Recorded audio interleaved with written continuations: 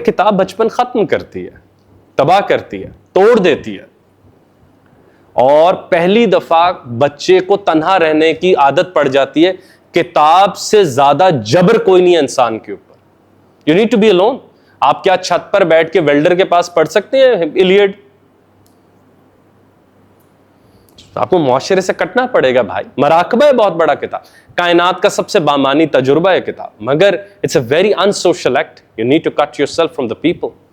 You can come out as to talk about as a review.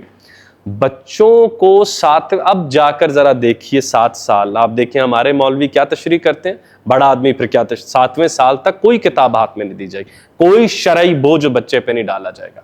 अभी सिर्फ वो एक ही चीज लेगा जो इस किताब का फाइनल एसेंस है।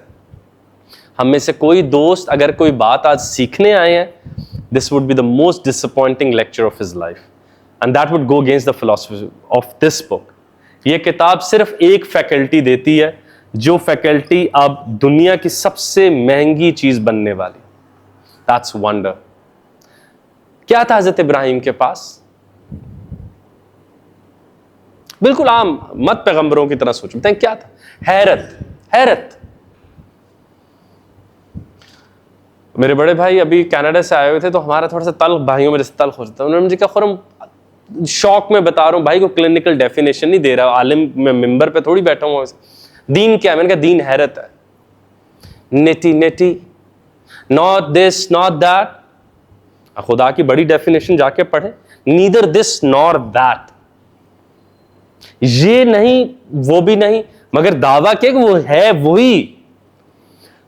This book has the power to give wonder without distorting the childhood of a kid. किसी भी बच्चे के बचपने पे जर्ब लगाए बगैर अगर कोई किताब आपको अहम लगती है, तो I think this is this book, Saint Exupery की द लिटिल प्रिंस। इसके अब आइए अहम बात पे। मुसन्निफ को जानना क्यों जरूरी? मुसन्निफ शायर है, शायर नहीं है। मुसन्निफ अफसाना निगार नहीं है। इस किताब का मुसन्निफ पायलट है। उसने वर्ल्ड वॉर में भी पायलट रहा, और उसने बाद में फिर मेल सर्विस की। अब आप देखिए, आप और मैं व्हाट्सएप के उस दौर में जिंदा हैं कि मेरे बरखुरदार और मेरे बेटी इस तस्वुर से नावाकिफ है। आप प्लीज इसको बहुत गहराई में देखिए। डाकिया कहां गया? Now the person who brings daraz.pk का वो stuff and Amazon stuff is not डाकिया। डाकिया कहते हैं ऐसा दरख्त जो चल सकता हो। चलने वाले दरख्त को डाकिया कहते थे। कड़वे फल भी लाता था। आपका बेटा तो फेल हो गया शहर में, और फिर डाकिया पूरे का भाई मुआशरे की ईद कहते थे डाकिये का गांव की तरफ रुख करना। भाई आज ईद है, पेचेक्स ला रहा है, चीजें कर रहा है। एंड नाउ इमेजिन कीजिए, एक तहजीब है, there is a civilisation, you me, people in America, people in Mexico till New Zealand, we live without an idea of a herald. आदि शायरी उर्दू की उस डाकिये पर है जो महबूब को खत देने जाता है, उसकी कदमों पर गालिब पीछे चल पड़ता है कि उसके आते आते खत एक और लिख रखूं, मैं जानता हूं उन्होंने क्या जवाब देना, और वो बड़ा पासदार होता है वगैरह वगैरह। तो ये इस आदमी ने ये सर्विस की जहाज पर मेल देने की। दो बड़ी अहम बातें इस मुसन्निफ के बारे में। एक कि जब भी आप हवा का सफर करते हैं तो वहां पर पेचीदगी नहीं होती। रोड पर खड्डे होते हैं, शोर होता है, दरख्त होते हैं, पत्थर, बिल्डिंग्स, लोग, जानवर गुजरे। हवा में ऐसा कुछ नहीं होता, और खुसूसन हवा का वो मुकाम जहां पर जहाज उड़ता है। दूसरा, इसके पायलट ने खुद लिखा कि मैं अपने कदमों से जमीन को गंदा किए बगैर सफर करने की अहलियत ले चुका हूं। ये अर्लीस्ट पायलट में शामिल हुआ था, सेंट एक्जुपेरी। यानी कि मैं जब सफर करता हूं तो मेरे पांव की गंदगी जमीन को नहीं लगती। वहां से आपके उसकी पूरी राइटिंग के अंदर एग्जैक्ट यही शेड मिलेगा सेंट एक्जुपेरी की। और तीसरी बात जो मैंने अपनी तरफ से रस्मन कही कि जो पटौफी के बारे में इकबाल ने, क्या आपसे कोई पटौफी से वाकिफ है? बताइए कोई। वैसे मुझे भी कोई बहुत नहीं पता यार। हंगरी का नेशनल पोएट था, वॉरियर था। जैसे कृष्णा जी थे ना, वॉरियर भी थे और शायर भी थे और मजहबी भी थे। तो Petofi is Hungarian national poet. Iqbal ने उस पर नज्म लिखी, उसकी लाश नहीं मिली थी, तो अल्लामा इकबाल ने कहा कि वो ज़मीं का था ही नहीं। आपको बहुत हैरत होगी ये बात जान के कि सेंट एग्ज्यूपरे का जब जहाज़ क्रैश हुआ है तो टिल 1997 उसकी लाश नहीं मिली थी, और अब भी जो मिली है तो लोगों को एतबार नहीं कि वो ज़मीं ज़्यादा था ही नहीं। And this reflects his love for the little prince. Stranger की पहली लाइन सुनिए, I think my mother died yesterday और today and I can not recall. माँ कल मरी, आज मरी, मैं फैसला नहीं कर पा रहा, मरी बहुत, लेकिन गर्मियों के सीजन में मर गई माँ। जो स्ट्रेंजर जिसने पढ़ा, दुनिया का सबसे बड़ा एग्जिस्टेंशियलिस्ट नॉवल, इस पर नोबेल मिला उसको। एक और पे आते हैं, Letters from the Underground, Dostoevsky. I think my liver hurts, but I don't know what hurts in my body, but the doctor says my liver hurts. आप डर जाते हैं एग्जिस्टेंशलिस्ट लिटरेरी लोगों का किताब खोलते हुए, मगर इस किताब का भी जब मैं पहला सफ़ा आपके आगे रखूंगा, समय इसको साफ कर दो, जब मैं अभी आपके आगे रखूंगा तो आपकी एकदम हंसी निकल जाएगी कि आसमान का सफ़र की वजह से उस आदमी के जहन में इतनी क्लैरिटी थी कि वो ये बात जान चुका था that things we need to keep things really really simple. So जब हम इस किताब का पहला सफ़ा खोलते हैं तो जो किताब का राइटर है वो कहता है बचपन से पेंटिंग्स का बहुत ज़्यादा शौक था. So I read a book about nature, and when I read a book about nature, I had a love for nature, and when I had a love for nature, I thought I should draw stuff, and I started drawing stuff. और मुझे ये ख्याल आया कि जो सांप है अगर वो हाथी को खा ले, here is the painting. What a painting I made. And moment the people I took the painting to, मैं लोगों के पास लेकर गया painting and I asked them, look how amazing painting I made. And the first answer was very interesting. You just made a very good hat. तो उसने कहा, but they never knew I made a snake eating an elephant. And immediately जो समाज के बड़े लोग थे उन्होंने मुझे कहना शुरू कर दिया कि Saint एग्ज्यूपरे, I think you should study geography, maths and geometry more. So I started doing that. But I always kept the painting with me. And how big this is. Abdullah साहब मेरे साथ सारा दिन बताते हैं, आप इनसे पूछें, हमने भी ऐसी कई जंतरियां मैंने खुर्रम इलाही ने रखी हुई हैं जिस पे मैं आदमी को पहले सवाल पे देख लेता हूं, यार इससे डीएचए के प्लॉट की बात करनी है या इकबाल की बात, तो दूसरे मिनट में हम फैसला करते हैं. भाई एक आदमी है जो पुख्ता जन्नत को नहीं समझता, दीवार को समझता है. आप उसको जन्नत दिखा पाएंगे? जिसका पुख्तगी का मेयार गाड़ी का दरवाजा हो जाए, आप उसको समझा पाएंगे आसमान पुख्ता है जो गिरता नहीं? सो जब आप इस पेंटिंग को देखते हैं तो वो कहते हैं, सो मैंने मैथ्स पढ़ना शुरू कर दिया मगर मैंने पेंटिंग अपने पास संभाल के रखी हुई है. जैसे ही मैं किसी मीटिंग पर जाता हूं तो मैं साथ ही इस पेंटिंग को उस आदमी को दिखाता हूं और पूछ लेता हूं, व्हाट डिड यू सी? तो अगर वो कह दे कि मैंने हैट देखी है तो मैं साथ ही उनके साथ गॉल्फ की गुफ्तगू शुरू कर देता हूं, रिच पीपल्स स्पोर्ट. और अगर वो कहे कि अरे ये तो एक सांप है जिसने एलिफेंट खा रखा है, then I talk about life with them. जाइए, इकबाल का एक प्रियम्बल नोट है उसकी हर किताब से पहले, फूल की पत्ती से कट सकता है हीरे का जिगर, मर्दे नादां पर कलामे नर्मो नाजुक बेअसर, बरतरी हरी का शेर. दुनिया के हजूर, बरतरी हरी का शेर दुनिया के. मैंने पिछले दिनों तनकीद में कहा है कि विटगेंस्टाइन के शहर से आजाद हो जाओ तो मैं आपको उससे 4000 साल पुराना स्कॉलर पढ़ाऊंगा जिसका नाम भरतरी हरी है. तो सेंट एग्ज्यूपरे आखिरकार हमें आगे जाके बताता है, बिकॉज वी हैव 2 आवर्स तो मैं कुछ एरिया स्किप करूंगा. आगे जाके वो बताता है कि मैं जहाज उड़ा रहा हूं और अब मैं बड़ा हो गया हूं, और जब मैं बड़ा हो गया हूं तो मेरा जो जहाज है वो सहारा डेजर्ट में गिर गया है और मैं जहाज ठीक कर रहा हूं. And then comes a little prince जो बिल्कुल मेरे पास आके खड़ा हो जाता है. अब बहुत फास्ट पेस हम जाने वाले हैं इस किताब में। हेलो। सो वो आखिरकार जहाज ठीक कर रहा होता है और वहां एक लिटिल प्रिंस आके उसके पास खड़ा हो जाता है। सहारा डेजर्ट में आपको पता है कि बहुत ज़्यादा हलुसिनेशंस होती हैं, लेकिन वो ये चाहता है आप इस बात को ऐसे ना समझे, मैंने लिटिल प्रिंस देखा है। सो आखिरकार लिटिल प्रिंस हाथ उठाकर उसको कहता है कि hello little, I am a little Prince. तो वो डर जाता है उससे देख के। Can you draw me a sheep?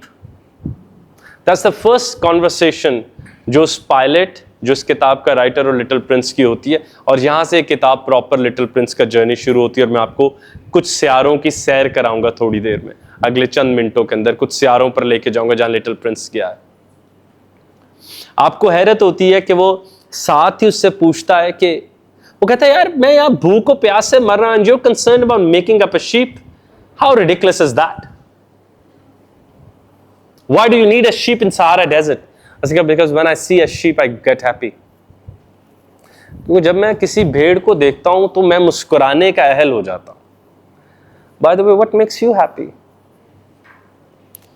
In most of the corporate trainings, when I ask this question, आपको पता है आदमी, we don't even know what makes us happy. We tried cars for him by visas, big homes. Imagine this man, look at the house on the backside. That's enough for a community. We're not happy yet. And that's the static. इस किताब आगे सारी किताब जायल है। भाई हमने दरियाफ्त नहीं किया, खुर्रम ने अभी तक कम से कम दरियाफ्त नहीं किया मुझे खुश क्या करता।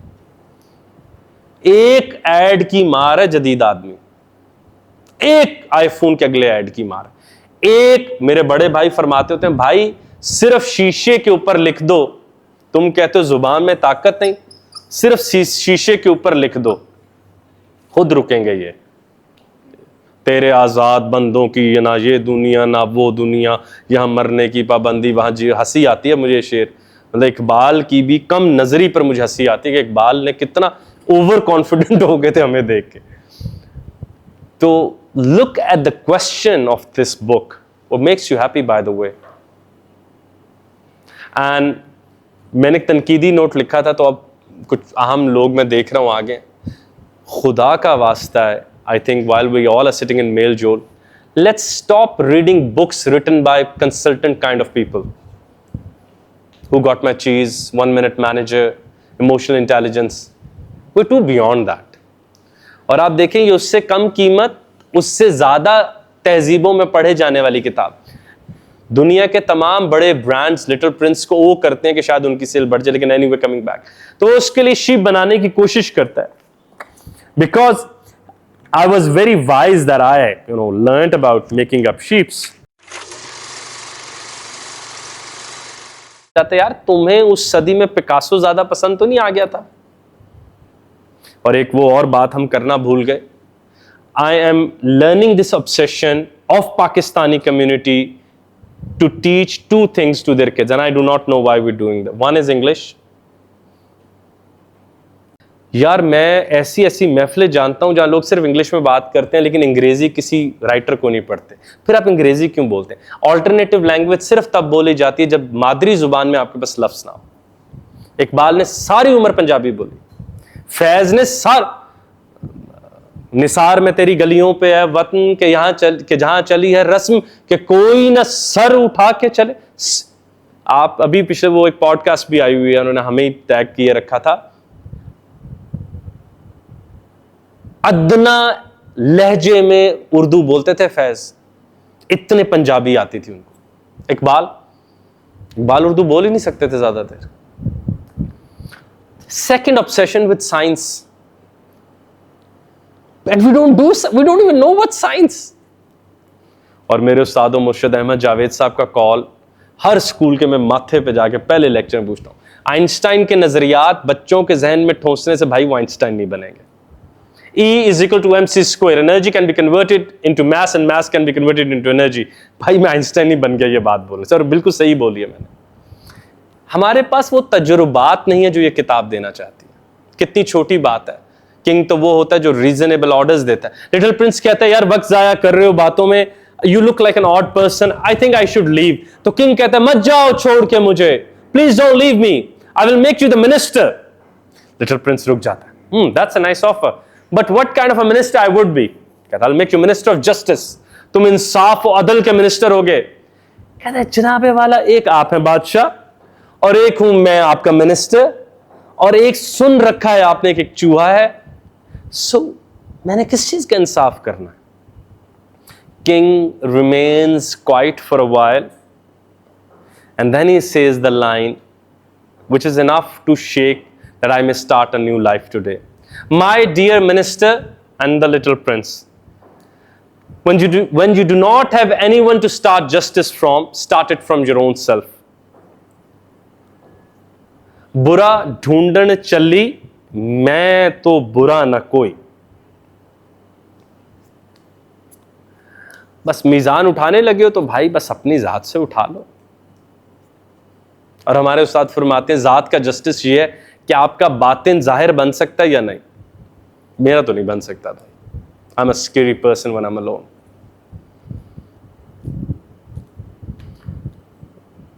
भाई बाइबल से ज्यादा जुबानों में ट्रांसलेट ऐसे होने को नहीं खड़ी, मतलब कि वो मेरा बरखुरदार किताब पढ़ रहा होता है और शाहउसेन कहता है यार that the climax is not coming, और मैं कहता होता हूँ यार अब लिटिल प्रिंस, ये किताब बहुत बुरी आदत है, मतलब इस किताब के बाद आपके ना सीढ़ियां चढ़ना मुश्किल हो जाता है, आपको क्लाइमेक्स की आदत डल जाती है सफ़े सफ़े पे।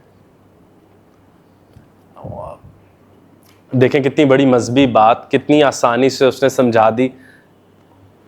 जैसे वो ये सफ़र मुकम्मल करता है तो वो थोड़ा सा आगे बढ़ता है।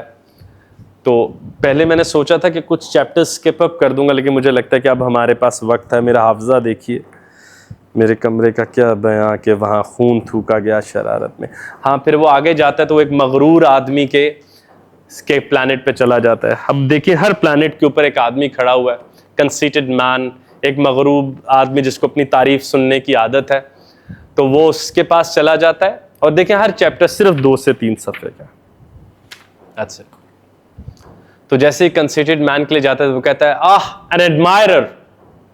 अब देखिए कि किंग के जो पोल्स ऑफ रियलिटी थे वो थे बादशाह और राया, मगर सर्किस के 2 ही पोल्स होते हैं, परफॉर्मर और तारीफ करने वाला।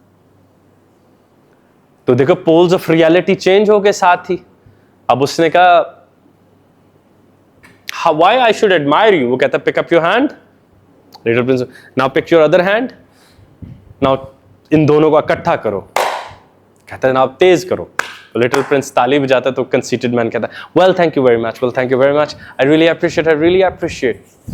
अहमद जावेद साहब ने एक कॉल कहा था, वो जब मैंने इस पे पूरी किताब लिखी थी मैनेजर्स एज लिटिल प्रिंस, मेरा हाफजा देखे मैं लानी भूल गया, वो इस लायक तो नहीं इसके साथ रखी जाए कि एक चीज होती है खुद बीनी, एक चीज होती है खुद नुमाई। आंख की सबसे बड़ी बीमारी होती है कि ये आपको देख के रजामंद होने लग जाए, तो उस दिन कम्युनिटी गिर जाती है। यानी आंख जब इस बात में तसल्ली लेने लग जाए कि सिर्फ मैं अपने आप को देखूंगी, तो उस दिन वो जवाल हो चुका होता है, क्योंकि आंख का पूरा रुख बाहर को है, जहन का अपना रुख अंदर को। तो खुद बीनी होती है खुद को खुद पे तारी रखना, खुद को खुद पे तारी रखना, और खुद नुमाई खुद को दूसरों पे तारी रखना, बस। और इन 2 जोन्स के अंदर एक कंसीटेड मैन जिंदा होता है। वो आप जैसे मैंने इस पे कल, क्योंकि मैंने यूट्यूब पे कवर करनी है, क्या मार्क्सिस्ट क्रिटिक है कि हम सरमायादारों से तो लड़ते हैं कि हमारे हाथों में टूल्स दे देते हैं, हालांकि उनको सहूलत देनी चाहिए, लेकिन वो इस बात के बारे में नहीं हम तसव्वुर करते कि आज हमारे हाथों में the like button is nothing but a story of a conceited man. That's it. मुझे तो लगता होता है हमारी वो लग गई है, नौकरी लगी हुई है सख्ती के साथ म्यूट कर देने से, कि बस हमने दूसरे लोगों को लाइक देना है। और वहां पे वो हमारे बरखुरदार शाहउसेन कहते हैं we are running on a treadmill and it feels like a treadmill now and everyone is doing a circus. There is no place where I can consult that person, कुछ भी नहीं है। और आप लोगों के इल्म में होगा कि जैसे इंस्टाग्राम के ऊपर सबसे बड़ी तनकीद ये है कि वहाँ पर सिर्फ हार्ट बटन है, और एक ऐप बनी थी जिसमें अगर आप स्क्रॉल करते जाएंगे, अभी वो इस किताब में आई है एंग्शियस जनरेशन में, जोनाथन हैथ की में, कि एक ऐप आई इंस्टाग्राम पे कि बस स्क्रॉल करते जाएं, हार्ट्स वो खुद ही दबाता जाएगा, यू जस्ट स्क्रॉल। तो वो 2.5 घंटे में उस ऐप को बैन कर दिया था इंस्टाग्राम ने। तो उस ऐप डेवलपर ने कहा था, आई think I was a little dealer of cocaine in a big market, कि मुझे इसलिए बैन कर दिया गया क्योंकि वहां पर शायद कोई बहुत बड़ा डीलर पहले से इस चीज को बांट रहा था। कंसीटेड मैन का करके जब वो आगे निकलता है तो एक शराबी का वो इवेंट है, लेकिन उससे हम आते हैं, that's the best chapter, that's the chapter of a businessman.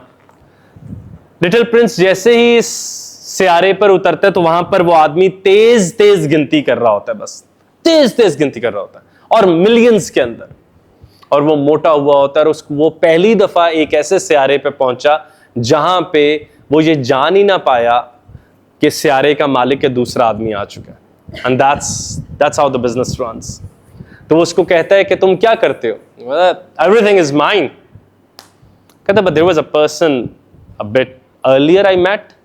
He was a king and he said ये सब तो उसका है। तो आप देखिए अंग्रेजी का क्या खूबसूरत फर्क उसने वो हुकूमत करता था, मलकियत में मेरी है, क्या क्या है तुम्हारा? उसने कहा जो ये चमकने वाला तुम देख रहे हो, आपने कभी अमीरों के साथ बैठे हो ना तो वो बहुत फ्लॉन्ट करते हैं, बस गरीब खाना, आप कहते हो यार ऐसा गरीब खाना, भाई हमें भी 2-3, that's a huge art, you know, of becoming rich in this community and across the world. गरीब खाना है, बस हम तो आपके खादिम हैं। अच्छा यार, ऐसे ही है। अगर कॉल मार्क्स ना आता, मैं आपको बता रहा हूँ, मस्जिदों के अंदर भी एडवर्टाइजमेंट लगी होती, चर्च के अंदर भी लगी होती, मंदिरों में भी अगर कॉल मार्क्स ना आता है। तो अभी एक आखिरी वही दीवार खड़ा है, हम तो भाई उन्हीं के खरीदार हैं। सो वो बिजनेसमैन को वो कहते हैं जो चमक रहा है ना मेरा है, बड़ा प्यारा तन क्यों, कहता द फ्लाइज, कहता no no no the shining ones, कहता जुगनू, no no no no no no, but you wasting my time, I had to count stuff, what are you counting?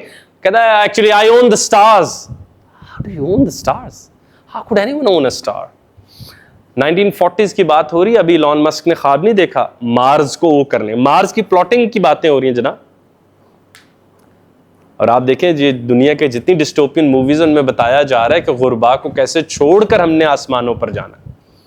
Anyway, वो कहता है कैसे हो सकता है that you owe a star? वो कहता है कोई इतना बड़ा मसला नहीं है, मैं पर्ची पे सितारे का नंबर लिखता हूं और अपनी दराज में रख लेता हूं, तो वो सितारा फिर मेरा हो जाता है। And that's so true when we look at the life. बादशाहों की नहीं, इकबाल ने बांगे दरा में, बादशाहों की नहीं, अल्लाह की है ये जमीन।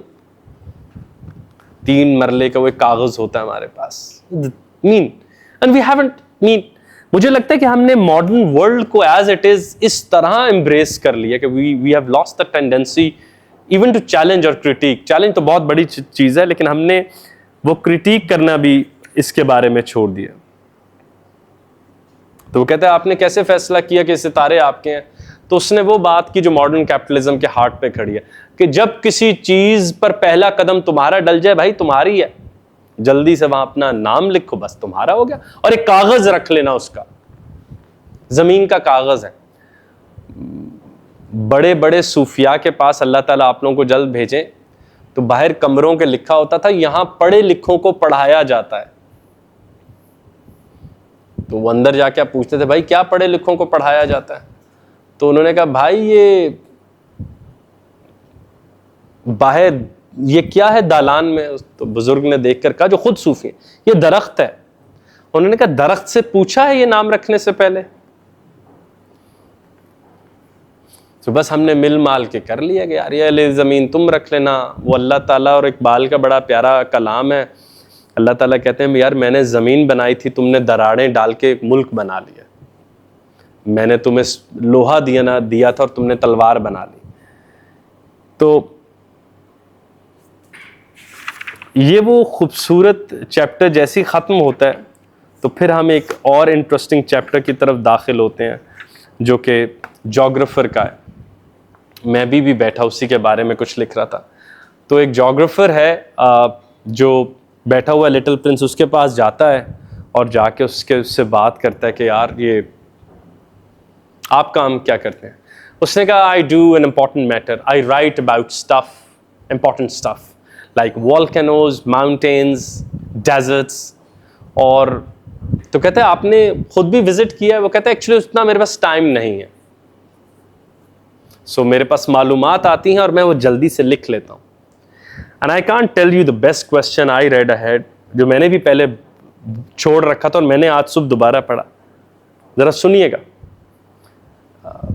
लिटिल प्रिंस कहते हैं जरा जरा all geographers in the town you should ask them, mister geographer you write about volcanoes, mountains, roads, desert cities, what about flowers? वो कहते हैं ये एफेमरल हैं, फ्रेजाइल हैं, इनकी इतनी लंबी उम्र नहीं होती कि इनको हम ज्योग्राफी में शामिल किए कर सकें। So we write about the things which can lead to consequences, and flowers don't have any major consequence. So we don't write about flowers anymore. If you don't write about flowers, means you're not interested in spring. If you're not interested in spring, means you're not interested in the movement of the universe. We're very comfortable with the staticness of the universe. That's the first shirk. मैं अभी video बनाकर आ रहा हूँ कि अल्लामा इकबाल के मुताबिक जन्नत से ज़्यादा बोरिंग मुकाम कोई नहीं, क्योंकि वहाँ खुदा हरकत करता है, आदम हरकत नहीं करता। तो इकबाल ने कहा है कि जुलेखा का दिल है जन्नत में और इब्राहिम के लिए आग और यूसुफ का वो कुआं, तो जन्नत में कैसे प्रूव करेंगे हम? और फिर वो जन्नत की हूर से इकबाल ने आप जरा रेलेवेंस देखिए, how great minds think alike. तो जन्नत की हूर मुड़ के अल्लाह से कहती है ये कैसी दुनिया है जहां सब मर रहे हैं लेकिन पूरी उम्मीद है कभी नहीं मरेंगे, तो मैं यहां जाना चाहती हूं। तो इकबाल ने ऐसा मंजर पेश किया है, जरा ये आप जरा गौर से सुनिएगा, दो किताबों को हम जोड़ के देखें कि जमीन का शोर व गुल इतना ताकतवर है कि जन्नत की हूर या जिब्राइल भी मुड़ के इधर देखते हैं। और दूसरे नंबर पर इकबाल ने कहा है कि यहाँ की रंगीनी इतनी हकीकी है कि हूर को भी यहाँ पर मुड़ के देखना पड़ता है कि यार यहाँ की मस्ती क्या है। वो आप सब ने सुन रखा होगा, शायद मुझसे सुना हो आपने, जबरील व इब्लीस सुनी होगी ना इकबाल की, बाल जबरील में इकबाल की बड़ी तरीन नज़मों में आती है। तो उसमें इब्लीस जिब्रील अलैहिस्सलाम से कहता है कि हमदम दरीना कैसा है जहाने रंगो बू, जिस ज़मीन पे रंग और खुशबू की कायनात कैसी है। तो आगे से इब्लीस हज़रत जिब्राइल को जवाब देता है, क्योंकि हज़रत जिब्राइल अल्लाह के पास रहते हैं और अल्लाह के आगे कौन सा रंग टिके। तो आप सूरज के नीचे गाड़ी खड़ी करें, 10 दिनों बाद उसका रंग उड़ चुका होता है, तो अल्लाह के रंग नूर के आगे कौन। तो ऊपर mean this is my and this is very scary but my kind of interpretation. Iqbal academy को भी बड़ा इख्तलाफ है कि अल्लाह के रंगों के आगे कोई रंग नहीं टिकता, तो लगता है ऊपर काफ़ी ग्रे स्केल में जिंदा है फरिश्ते। और आपने देखा हो इमेजिनेटिव तौर पे जितने लोगों ने भी फरिश्तों को बनाया तो उन्होंने वाइटिश दिखाया। तो इब्लीस आगे से कहता है सोजो साजे दर्दो दागे जुस्तजू आरजू। तो हज़रत जिब्राइल कहते हैं हर घड़ी अफलाक पर रहती है तेरी गुफ्तगू, क्या ये मुमकिन नहीं कि तेरा चाक दामन हो रफू। यार ऊपर आसमान पर तेरी बातें बहुत होती हैं, सुलाना हम आपकी और अल्लाह ताला की करवा दे। उस पर इब्लीस कहता है आह ए जिब्राइल तू वाकिफ नहीं इस राज से, मुझको सरमस कर गया टूट कर मेरा सबू। जिसकी नोमीदी से है सोजे दरूने कायनात, उसके हक में तकना तू अच्छा है या ला तकना तू। यार ये मेरा ही तो क्लाइमैक्स है कि सारा कुछ चल रहा है, मैंने माफ़ी मांग ली, किस किस के ख्वाब नहीं है इस वक्त, कल ये करना है परसों ये करना है। अगर इब्लीस ने आज, सैटन ने आज माफ़ी मांग ली, यार वो मेरी अगली आने वाली किताब का क्या होगा, मेरी बेटी जो मैंने उसके साथ कई साल गुजारने थे, सब कुछ रैप अप होकर ऊपर चला जाए, द स्टोरी एंड्स। तो अल्लामा इकबाल एक मुकाम पर तो ये भी हमें समझाते हैं कि इब्लीस ने अपने सर गुनाह लेके आदम को फासले पर भेजा कि वो तो जी सके। जावेद नामा। और ये अब जो फतूहात इब्न अरबी ने इसकी तशरीह यूं की है कि जन्नत के फल जहन्नुम की आग में पकते हैं।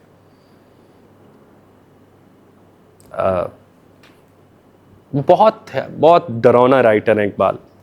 अगर आप प्यामे मशरिक़ में 2 शेर अभी सुनाऊं तो शायद आप घबरा जाएं। वो कहता है मैं मुनसिफ हूं बगैर क़यामत के, इब्लीस बिल्कुल इंसाफ करता और क़यामत का डराया भी नहीं किसी को मैंने दिया हुआ। तो कितनी बड़ी बात होगी ऐसे। और आपको कभी वक्त मिले तो अहमद जावेद साहब के उस्ताद की किताब का नाम है मकसूद कायनात, वो वक्फ है इस मौजू के ऊपर कि हम इब्लीस से पनाह नहीं मांगते, हम उसके शर से पनाह मांगते हैं। उसका बनाने वाला एग्जैक्ट वही है जो दरख्त का बनाने वाला, बिल्कुल एग्जैक्ट वही है। वो तो आपको पता है ना, हम आजकल मसरूफ बहुत हैं, बिल देना होता है, तो हमें इन सवालों के लिए वक्त नहीं मिल रहा। मुझे बड़ा डर आता है यार, किसी और मुल्क जाएं, पहला सवाल ही दूसरा बंदा ये पूछ ले कि यार उस तहजीब से आए हो, सुनो मुसलमान हो, यार ये अल्लाह के हो तो इब्लीस क्या कर रहा है? वो टाइम ही नहीं है ना भाई, गैट देना आगे यूनिवर्सिटी का। इंग्लिश लैंग्वेज है, वो बच्चा भी मैथ पढ़ रहा है, उसने इंग्लिश लैंग्वेज पढ़नी आगे। एनीवे, सो आप ये देखिए कि किस गहराई में वो हमें ये बताना चाह रहा है कि how important is the movement of the universe and the whole modern man and the grown ups are interested in the things which are static, जो चीज़ें हिलती हैं। आप इस बात की तरफ भी गौर कीजिए कि ये किताब, जैसे हम कई किताबें जानते हैं जो बच्चों को पढ़ाई जाती हैं और बड़े बन जाएं, सच जानिए अगर आप मुझसे पूछें, ये वाहिद किताब मेरे मुताले में अभी तक है जो बड़े को याद कराती रहे कि बच्चा कैसे बनते।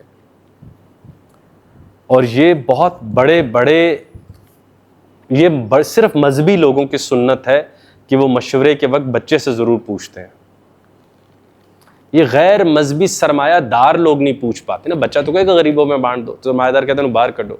Same came in our curriculum, बच्चा मशवरे के वक्त बाहर होता है। सबसे ओरिजिनल फैसला अगर आपने जिंदगी में किसी से कराना हो, बच्चे से पूछ लो।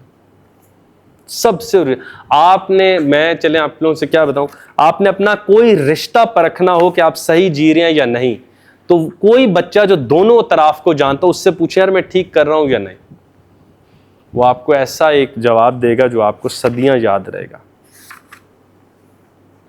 दूसरी बड़ी इंटरेस्टिंग बात है, जब मैं जावेद साहब से पहली दफा मिला तो जोग्राफर ये कहता है कि यार मैंने सब कुछ लिख तो रखा है, देखा कुछ नहीं है। And now we can again take a little pause.